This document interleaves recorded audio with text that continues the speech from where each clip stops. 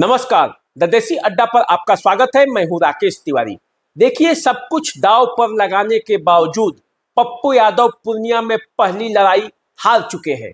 RJD के एक दांव में पप्पू ऐसे फंसे हैं कि वो न कुछ कह पा रहे हैं न कुछ सुन पा रहे हैं।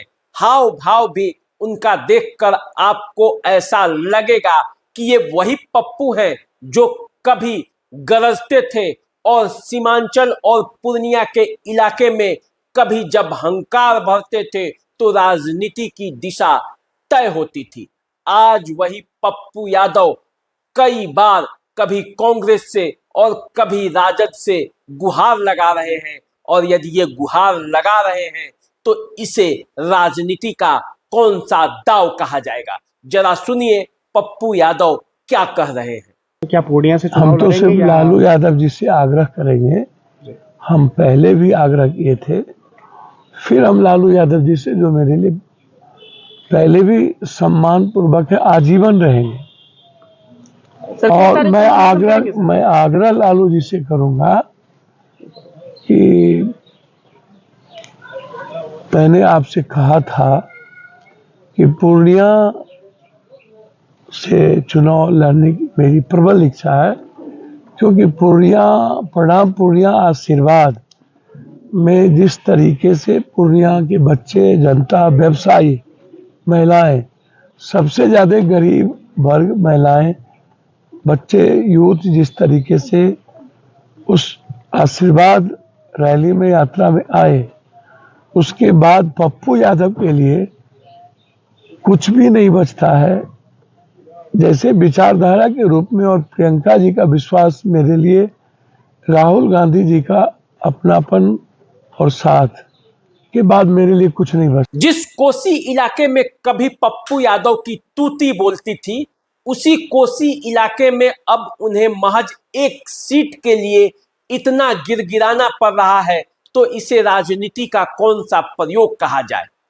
क्यों आरजेडी, कांग्रेस और तमाम मोदी विरोधी गठबंधन दलों ने मिलकर ये फैसला नहीं किया कि पूर्णिया का असली पहलवान कौन होगा जो मोदी को हराएगा, और कौन होगा जो पूर्णिया से इंडिया ब्लॉक को जीत में तब्दील करेगा, कौन होगा जो इंडिया ब्लॉक को पूर्णिया से जीत दिलाएगा। ये तय नहीं हो पाने की वजह क्या है, और क्यों पप्पू यादव को केवल टिकट लेने के मामले में ही इतना उलझाया जा रहा है कि वो उलझ कर रह जाएंगे। पप्पू यादव पिछले एक साल से पूर्णिया में घर घर घूम रहे थे, पूर्णिया प्रणाम के माध्यम से लोगों के बीच जा रहे थे।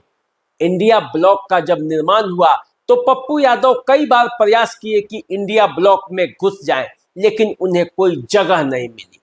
अंततः उन्होंने आरजेडी और कांग्रेस से भी बात करना शुरू किया।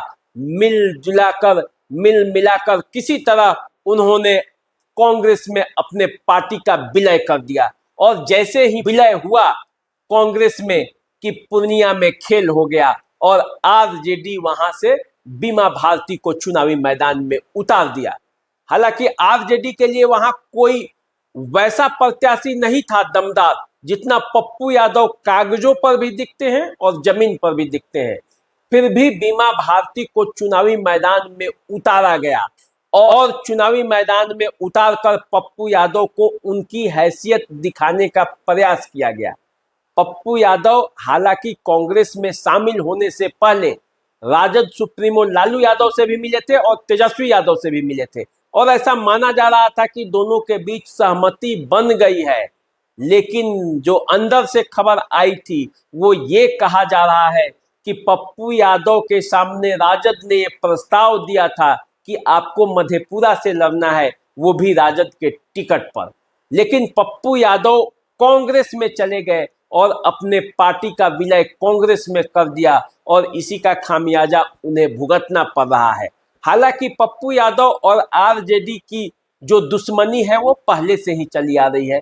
जब 2015 के चुनाव के ठीक पहले पप्पू यादव ने तेजस्वी यादव के खिलाफ ताल ठोका, और 2015 के चुनाव में पप्पू यादव ने तेजस्वी यादव को चुनावी मात देने के लिए ऐलान कर दिया, जनाधिकार पार्टी का निर्माण भी किया था। उसी के बाद अब ऐसा माना जा रहा है कि लालू यादव और तेजस्वी यादव कभी भूलते नहीं हैं और पप्पू यादव और लालू फैमिली के बीच टकराव का जो कारण बना वो वही था और आज तक वही चला आ रहा है। पूर्णिया अब उसका अखाड़ा बना हुआ है, जहां कांग्रेस ये चाहती है कि पप्पू यादव को ये टिकट मिले, लेकिन लालू यादव नहीं चाहते कि किसी भी कीमत पर पप्पू यादव को टिकट दिया जाए। वे बीमा भारती से वादा कर चुके हैं, लेकिन ऐसा ही वादा कांग्रेस ने भी पप्पू यादव से किया और उनके पार्टी को अपने अंदर समाहित कर लिया।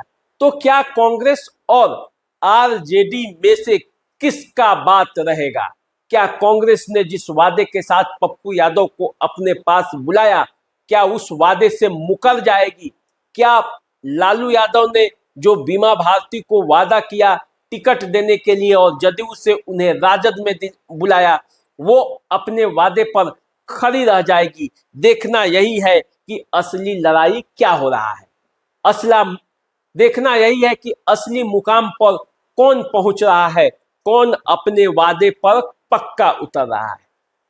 अब पप्पू यादव पूर्णिया की लड़ाई में अपने आप को ठगा महसूस कर रहे हैं।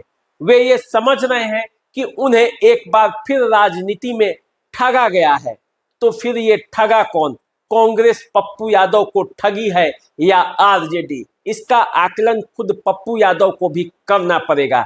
लेकिन पप्पू यादव किसी भी मामले में यदि कागजों पर देखते हैं तो पूर्णिया में कमजोर नहीं है, क्योंकि उसी पूर्णिया से पप्पू यादव 4 बार सांसद रहे हैं, 1 बार निर्दलीय चुनाव भी जीते हैं। जब 1991 के चुनाव में पप्पू यादव पहली बार पूर्णिया से ताल ठोके थे और पूर्णिया के लोगों ने उन्हें जिता दिया था। फिर 1996 में सापा के टिकट पर चुनाव लड़े, फिर 1999 में निर्दलीय चुनाव लड़े और चुनावी बाजी जीत ली। 2004 के चुनाव में वे आरजेडी के टिकट पर पूर्णिया से चुनाव लड़े और फिर चुनावी बाजी जीत लिया। लेकिन जब 2009 का चुनाव आया तब तक पप्पू यादव जेल में बंद हो चुके थे। अजीत सरकार हत्याकांड में उन पर आरोप था और वे जेल के अंदर थे। लेकिन तब उनकी मां शांति प्रिया पूर्णिया से चुनावी मैदान में उतरी और 1.5 लाख से अधिक मतों से वो उन्हें मत मिला था। निर्दलीय प्रत्याशी के तौर पर शांति प्रिया चुनावी मैदान में उतरी थी और इसी से माना जा सकता है कि पप्पू यादव का राजनीतिक रसूख पूर्णिया में क्यों है और पप्पू यादव क्यों कहते हैं कि दुनिया छोड़ दूंगा लेकिन पूर्णिया नहीं छोड़ूंगा। पूर्णिया नहीं छोड़ने के पीछे का कारण यही है। तो क्या एक बार यदि कांग्रेस और आरजेडी में समझौता नहीं होता है तो पप्पू यादव फिर 1991 की तरह निर्दलीय चुनावी मैदान में कूद जाएंगे और पूर्णिया के लोगों के पास जाएंगे, अपना दुलार, आशीर्वाद और प्यार मांगेंगे उनका? तो ये देखना अभी बाकी है। इसमें अभी कुछ कहना जल्दीबाजी होगा, लेकिन अभी तक न कांग्रेस आरजेडी में कोई डील फाइनल हुआ है, न पप्पू यादव के सीट पर कोई फैसला हुआ है। बीमा भारती को सिंबल पकड़ा दिया गया है। अब देखना है कि पूर्णिया का यह लड़ाई कितना दिलचस्प बनता है। आगे जो भी अपडेट होगा मैं आपको बताऊंगा। तब तक के लिए मुझे दीजिए विदाई। नमस्कार।